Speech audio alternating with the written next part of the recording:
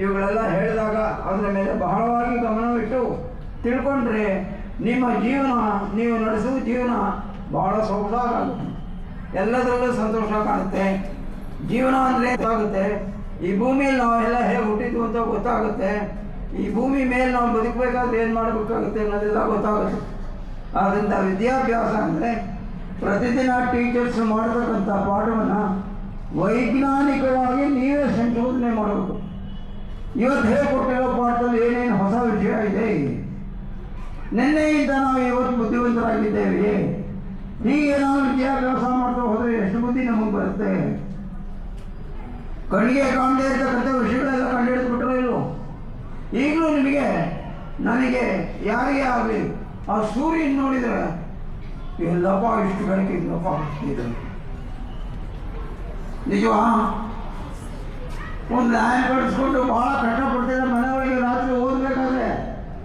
ಹಗಲು ಬಂದರೆ ಹೆಂಗಾಗುತ್ತೆ ಅದೆಲ್ಲ ನೀವು ಯೋಚನೆ ಮಾಡೋದಾಗ ದಿನಾನು ಸಿಕ್ಕುತ್ತಲ್ಲ. ಅದಕ್ಕೋಸ್ಕರ ಈಗ ಮಾಡಿದರೆ ಯಾರು ಯೋಚನೆ ಮಾಡೋದಿಲ್ಲ. ಒಂದು ಮನೆಯೊಳಗೆ ಒಂದು ರೂಮಲ್ಲಿ ಪಾಠ ಓದಬೇಕಾದ್ರೆ ಒಂದು ಕ್ಯಾಂಡಲ್ ಹಚ್ಚಿಸ್ಕೊಂಡು ನೋಡಿಕೊಂಡು ಎಲ್ಲ ಮಾಡ್ತೀರಾ. ಈಚೆ ಕಡೆ ಬೆಳಗ್ಗೆ ಬಂದ್ಬಿಟ್ರೆ, ಸೂರ್ಯ ಬಂದ್ಬಿಟ್ರೆ ಏನಾಗುತ್ತೆ? ಬೇಕಾ ಕ್ಯಾಂಡ್ಲು? ನೀನೇನಾದ್ರು ಪುಸ್ತಕ ಏನೋ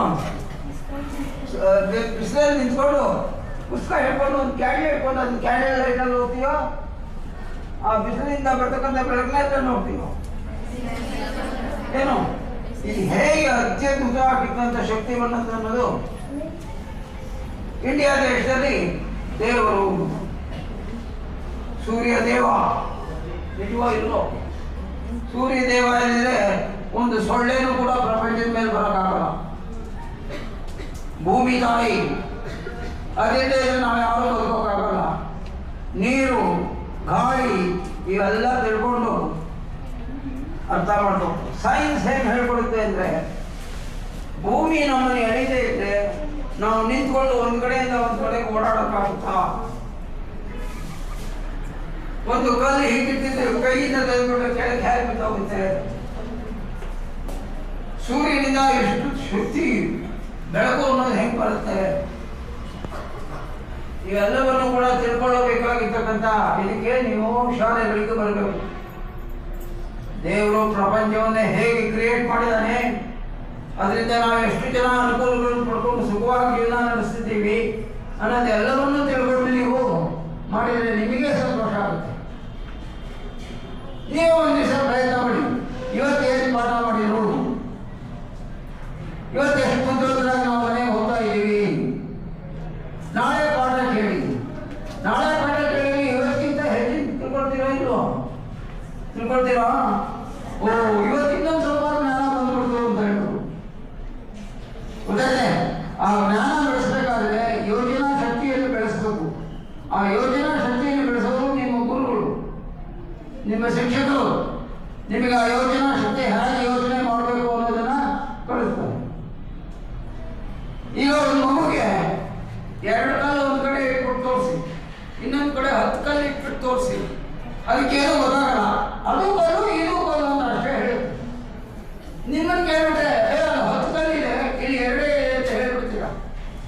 ಹೇಳ್ತೀರಾ ಇಲ್ವೋ? ಅದೆಲ್ಲ ಗೊತ್ತಿದ್ದಿದ್ರೆ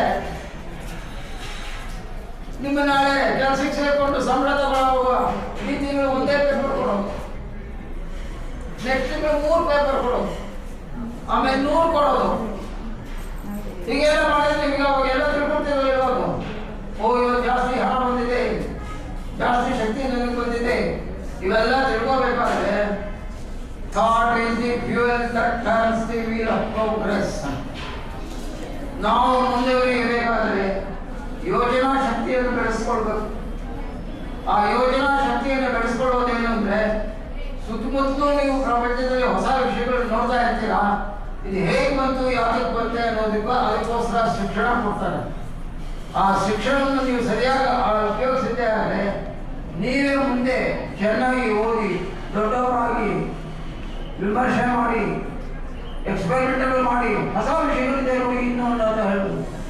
ಸೈಂಟಿಸ್ಟ್ ಎಲ್ಲ ಬೇಕಾದಷ್ಟು ಹೊಸ ವಿಷಯಗಳು ಹೇಳಿದ್ದಾರೆ. ಮೊದಲು